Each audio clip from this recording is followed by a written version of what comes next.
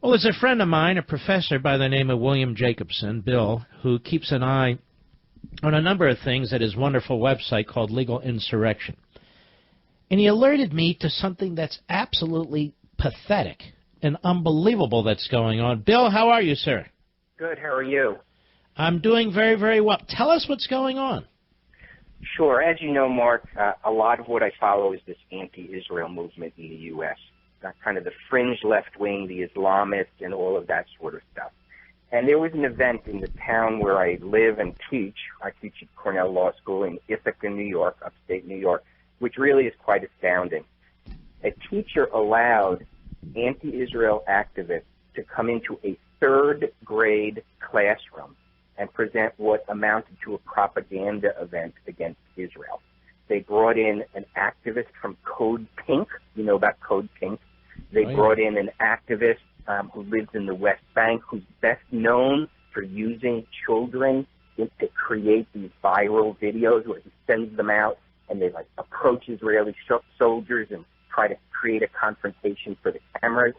And they brought them into this classroom to teach essentially anti-Israel activism. It was so bad that they not only presented this crazy program, they also called upon the children to become activists against Israel and to become, quote-unquote, a freedom fighter for Palestine. And that was completely outrageous. I found out about it because I cover these things and I investigate these things, and I exposed it. This was about a year ago based on what I could find out. The school district, to its credit, condemned the event, but they wouldn't give me all the documents. I filed a Freedom of Information Law request to get the video of the event, to get the documents and everything. They fought me in court for almost a year over this, but I finally got But the school district fought you? Yes, the school district did not want to give me. They gave me some documents, but you know how it goes. They give you the stuff that's not really important and good, right. and they redacted things so heavily. You'd think I had requested CIA memos. These were emails in about a third-grade event, heavily redacted, and they had to go to court, and I ultimately won. It took almost a year, but I ultimately won. And I finally got the video. Now, it's not a complete video, it's a partial video. And it absolutely floored me. As bad as I had expected this to be, it was worse. And I also learned, because the court ordered them to turn over to me a memo they wouldn't give me, that the school principal had tried to cover this up, and she was reprimanded for it.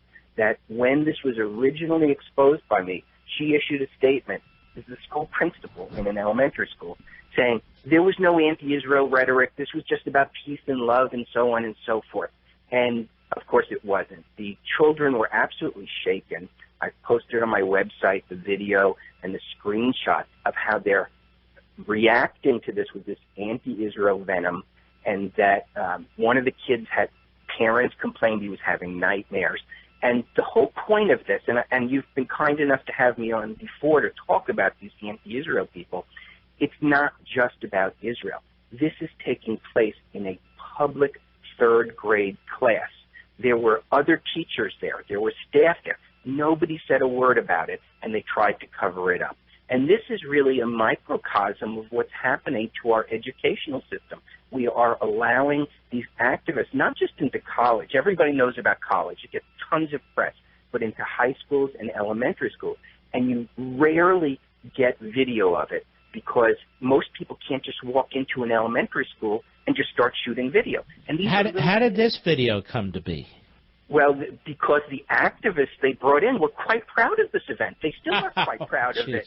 They videotaped it and they sent it to the school.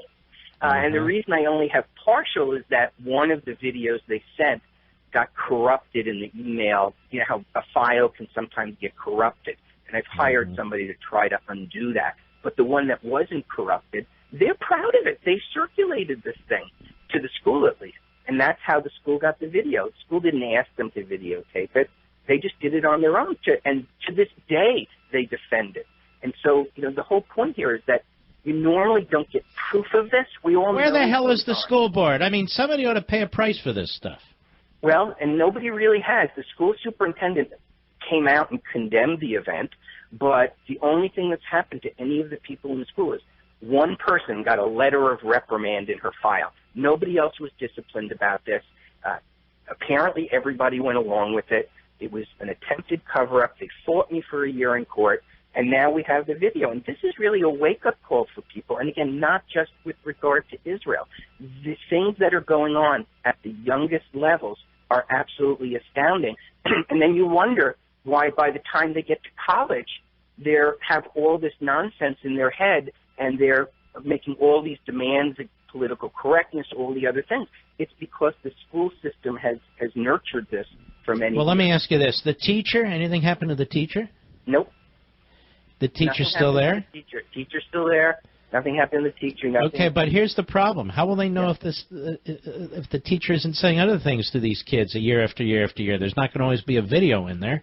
That's right, and that's the whole point. And there's usually not a video. If these activists hadn't thought this was the greatest thing that ever happened in school and videotaped it, this would have gone down the memory hole. Nobody would have really known exactly what happened because they tried to present it when I wrote about it, because I knew if they're bringing in this guy from the West Bank with his history, if they're bringing in this Code Pink person, this is not an educational event. I knew exactly what it would be because I know who these people are.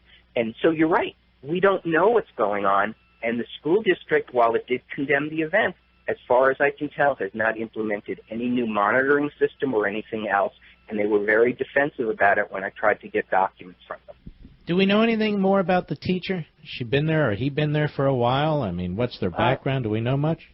I don't know a lot, and the teacher is at fault here, but the whole system is really at fault because there were others in the room. It wasn't just this one teacher. This was for all of the third-grade classes, I believe 3 classes. How did they get in? Did they ask to come in, or the teacher or teachers asked them to come in? They were supposed to come in to present a human rights program. They weren't supposed to come in to talk about the Israel-Palestinian dispute. They weren't supposed to come in to make inflammatory remarks about Israel. They showed a video. They showed a video to the students, and we have that video of another one of these people that this guy uses for his viral videos, where her name, believe it or not, is Jana Jihad. That's the name of the person. And she gave a 2 or 3 or 4 minute anti-Israel, very inflammatory, calling Israel terrorists, etc. And this is being shown to third graders in a U.S. public school classroom. And nobody in the room seems to object to it. Well, you've exposed it big time here. And people, folks, people, you can, any people who want to see this, they can go to legalinsurrection.com, legalinsurrection.com. It's right there on the Sunday posting. You can watch the video yourself. And I want to thank you, Bill, for everything you do on your excellent website. Okay, and thank you for having me on, Mark. All right, take care of yourself. This kind of stuff's going on all over the country. It's almost by happenstance that you catch it. And that we have wonderful sites and organizations. Legal Insurrection is just a great site. We're just very, very lucky from time to time. The left is just so diabolical. And this jihadist movement, whether it's in the name of the Palestinians or whatever it is